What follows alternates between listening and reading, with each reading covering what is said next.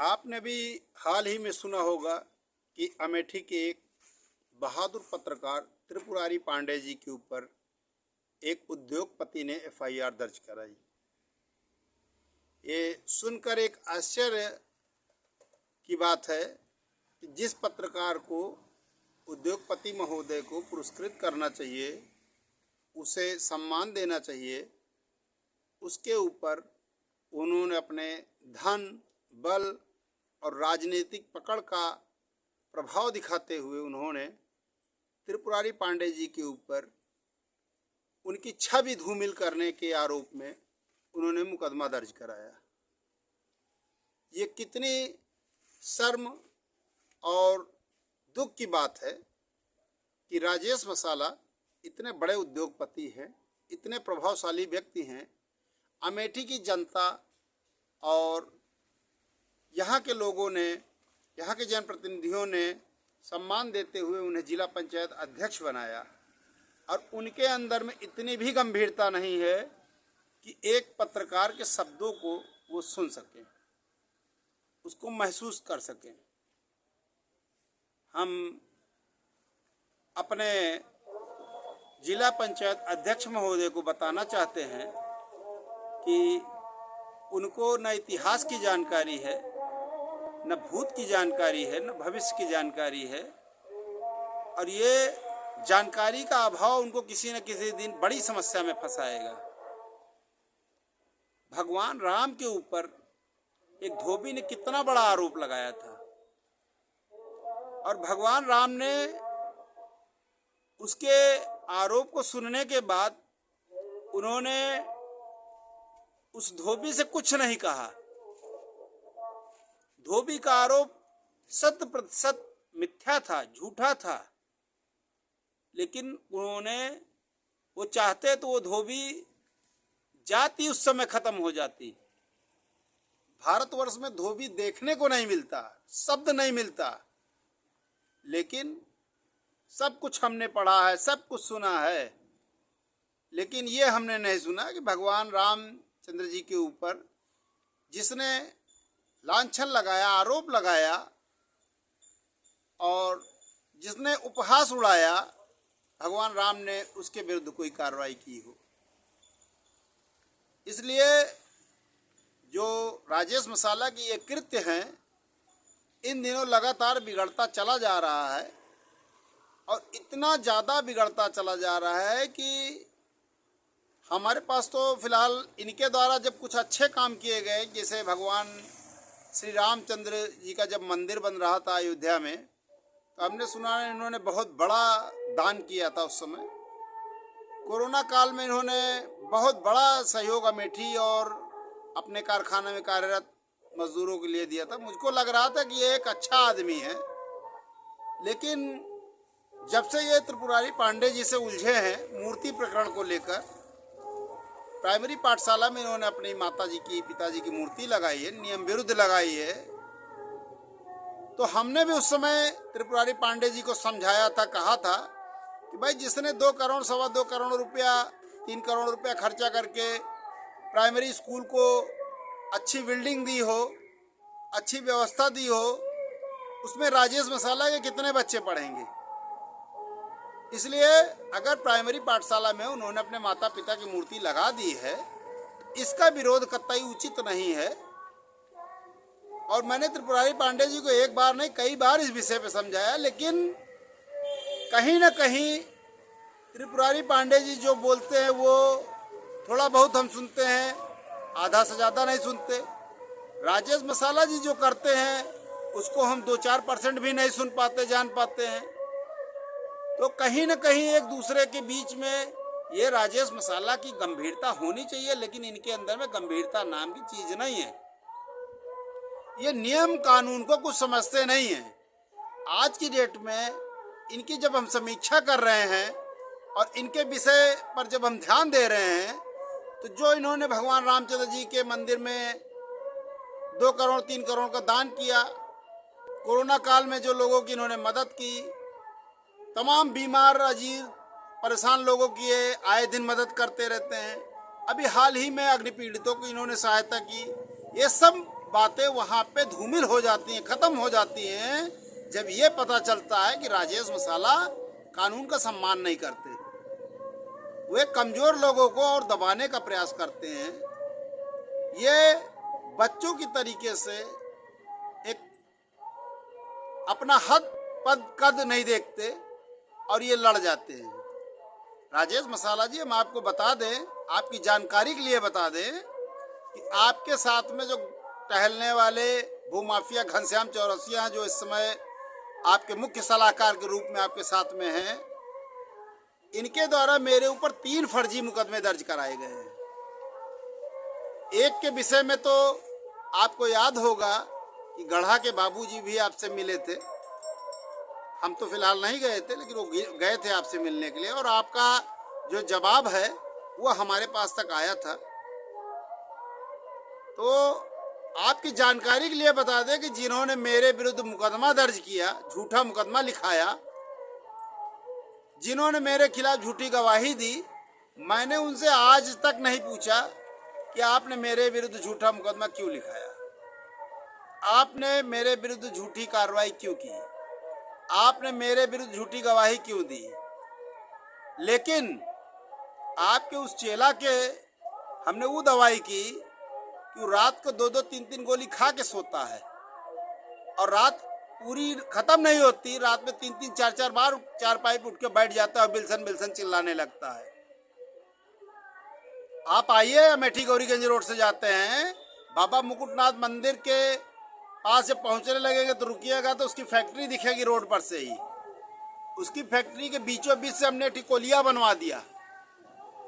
आप जब सड़क पे खड़े होंगे तो उसकी फैक्ट्री के बीच से रेलवे लाइन दिखेगी आपको, वो हम ही ने बनवाया है। उसकी दीवार गिरवा दी।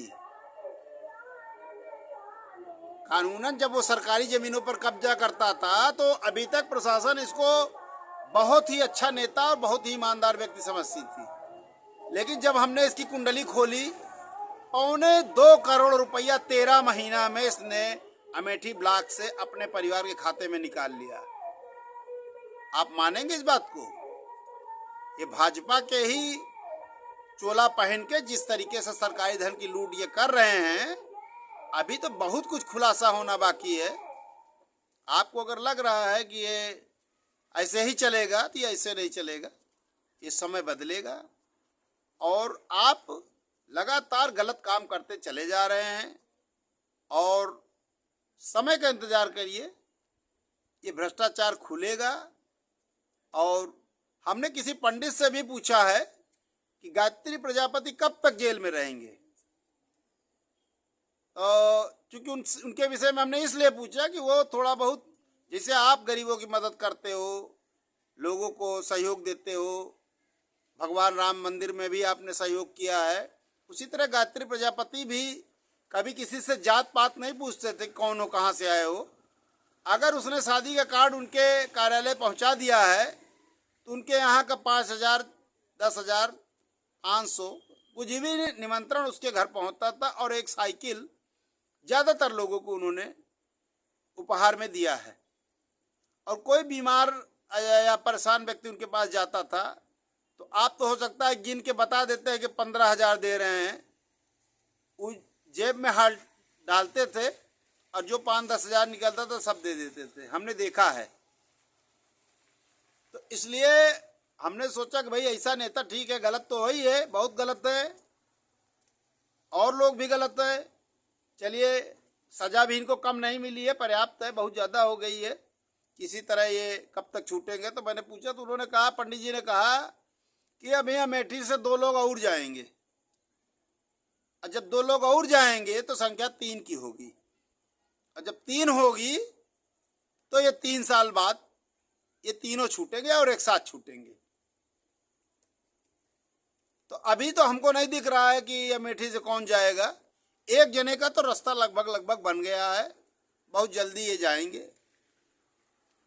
और दूसरा कौन जाएगा, ये विधानसभा के चुनाव के या तो 1-2 महीना पहले या 1-2 महीना बाद ही तय हो जाएगा कि कौन जाएगा। हो सकता तब तक चले भी जाए। गायत्री प्रजापति जी अकेले हैं, वहाँ परेशान हैं, तो एक आध आदमी यहाँ अमेठी से जाना चाहिए। छोटा मोटा कह दी जाएगा तो सुल्तानपुर में रह जाएगा, वो लखनऊ तक नहीं पहुंचेगा। तो इसलिए हम तो यही अपेक्षा करेंगे कि आप कम से कम ये जो समाज की आवाज़ उठा रहे हैं, छोटे छोटे बच्चे कैमरा मोबाइल लेके बेरोजगारी के युग में रोजगार की तलाश कर रहे हैं, कोई यूट्यूब पे अपना कुछ आय का साधन ढूंढ रहा है, कोई फेसबुक पर ढूंढ रहा है, कोई इंस्टाग्राम पे ढूंढ रहा है, या कोई जनहित के धुन में, समाज हित के धुन में, समाज सेवा की भावना से वो भ्रष्टाचार के खिलाफ जंग लड़ रहा है, भ्रष्टाचार के खिलाफ आवाज उठा रहा है। त्रिपुरारी पांडे जी कौन से अपराधी हैं? आपको तो हम ईमानदार नेता तब मानते, ठीक है त्रिपुरारी पांडे ने आपकी पत्नी और आपके खिलाफ बहुत कुछ बोला, हम लोग भी सुनते हैं, तब आप उसके खिलाफ जो आपने मुकदमा दर्ज करा दिया, संज्ञान ले लिया ना। वो कालीकन के सगरा वाली भी खबर उसने चलाई थी, जो कालीकन मंदिर के विकास के लिए जो धन आया था उसमें भी बहुत बड़ा घोटाला हुआ था, उसकी भी उसने खबर चलाई थी। वो आए दिन उसका चैनल उठाकर देखिए तो एक नहीं कम से कम हजारों सैकड़ों की संख्या में इस तरीके के वीडियो हैं, जिसमें यदि जांच करवा दें आपकी पावर है, प्रभाव है, जिला पंचायत अध्यक्ष हैं, डीएम साहब को अगर आप कहेंगे, आदेश देंगे, आप आदेश देने लायक के पद पर हैं, लेकिन हैसियत नहीं है आपकी कि आप आदेश दें डीएम को, इसलिए कि आपको पता है कि कौन फंसेगा। एक बार सांसद स्मृति ईरानी जी आई थी, मैंने उनको बताया था कि ब्लॉक में बहुत बड़ा घोटाला हुआ है, मैंने एक फाइल दे दी थी और उन्होंने सीडीओ अंकुर लाठर को दे दिया जांच के लिए। वो ईमानदार अधिकारी, उन्होंने जब जांच करके रिपोर्ट दी तब पता चला कि आपके ये जो शागिर्द हैं घनश्याम चौरसिया जी, ये उसमें लटक गए। फिर जांच हो गई डीडीओ साहब के पास में। आपकी हिम्मत हो तो जांच खुलवा के एक बार देख लीजिए, कम से कम हम अंदाजा है कि 5-10 करोड़ का तो घोटाला उसमें निकल ही जाएगा। ये आप नहीं करेंगे। आप जो छोटे छोटे पत्रकार, समाजसेवी और जो जनता की आवाज़ उठाते हैं, कमजोरों की आवाज़ उठाते हैं, आप उनको दबाना चाहते हैं। आप चाहते हैं कि कोई त्रिपुरारी पांडे न बने। लोग ये उदाहरण स्थापित करें कि त्रिपुरारी पांडे ने बहुत नेता बन रहे थे, बहुत बड़े पत्रकार बन रहे थे, 6 ठो मुकदमा हो गया, ठंडे हो गए। तो आप ये भूल मत करिए। मैं तो आपसे यही कहूँगा, अभी आपने हाल ही में ग्राम पंचायत लोहरता में जिला पंचायत निधि से जिला पंचायत के अधिकारियों की रोक के बाद भी आपने नहर की पटरी पर सड़क बनवा दी। शायद आपको पता नहीं होगा ना। अगर आपको पता नहीं होगा, इससे काम नहीं चलेगा। आपकी जानकारी के लिए एक बात हम आपको और बता दें कि ग्राम प्रधान को सचिव मिला होता है, जेई मिले होते हैं, नाप जोख, हिसाब किताब, देख रेख सब काम कर्मचारी करते हैं। लेकिन जब भ्रष्टाचार की शिकायत होती है, जांच होती है, तो दोषी पाए जाने पर ग्राम प्रधान के विरुद्ध ही मुकदमा लिखा जाता है, इसलिए कि वो ग्राम सभा का अध्यक्ष होता है। ये जो जिला पंचायत में ये बिना लिखा पढ़ी के रोक, नियम, कानून सब के ऐसी तैसी करके जो काम हो रहा है, इस पे यदि सरकार बदली तो विलंब नहीं होगा। आप इसको समझ लीजिए। आप जिसके साथ में ये आप घूम रहे हैं और काम करवा रहे हैं, जो काम हो रहा है वो जबरदस्ती हो रहा है। काश्तकारों के खाते में आप सड़क बनवा दे रहे हैं, नाली बनवा दे रहे हैं। आप किसी से बात करने की बजाय आप उसमें दबंगई दिखाते हैं कि कौन क्या कर लेगा। तो जनता कमजोर है, ये सही बात है। अधिकारी यहाँ के भ्रष्ट हैं, इसलिए कमजोर आदमी आपका कुछ नहीं कर सकता। एक समय था, आदरणीय शकुंतला गौतम अमेठी की डीएम थी, और आई थी इसी ताला में। और यही आपके जो शागिर्द भूमाफिया घनश्याम चौरसिया हैं, इनके दरवाजे जब पहुंची तो उन्होंने एकदम स्पष्ट यही कहा कि पूरे गांव की जमीन तो तुम अकेले रोका के बैठे हो, तो ये लोग कहाँ जाएंगे, क्या है ये। घनश्याम चौरसिया के मुंह से आवाज़ नहीं निकली और अधिकारियों को उन्होंने निर्देशित किया, लेकिन भाई आप लोगों की पकड़ भी बहुत तगड़ी है भाई। कोई ईमानदार अधिकारी जनपद में रहने नहीं पाता है। जो आदमी 1.5 साल 2 साल बिता ले जाए, उसकी ईमानदारी पर हमको संदेह होता है। वो ईमानदार नहीं हो सकता है।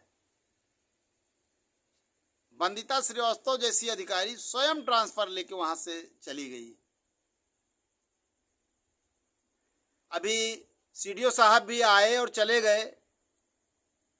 हम तो नहीं समझते कि उनका काम खराब था।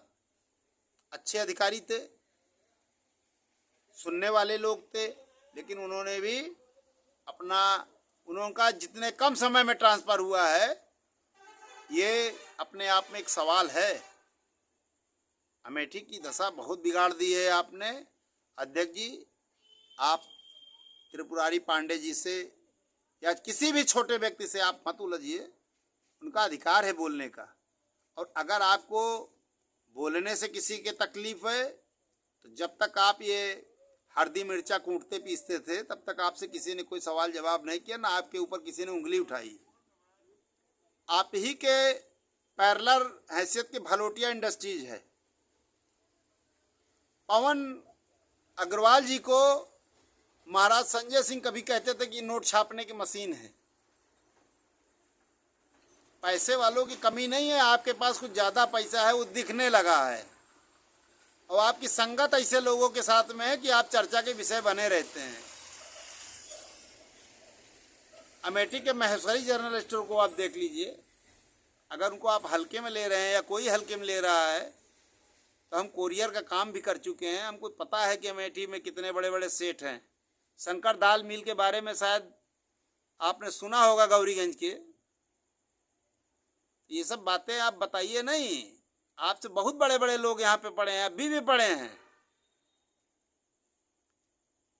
हमारी तो समझ में नहीं आता कि आप कौन सा मसाला बनाते हैं। MDH, अशोक मसाला, कैच मसाला, एवरेस्ट मसाला, ये सारे मसाले आज नहीं चल रहे हैं, लेकिन राजेश मसाला नंबर 1 पर। तो इतना ही हम आपसे आग्रह करेंगे कि आप जो भी इस तरीके के काम हो रहे हैं, या आपके द्वारा जो इस तरीके की कार्रवाई की जा रही है कमज़ोर गरीब लोगों के ऊपर, उस पर रोक लगाई जाए। धन्यवाद।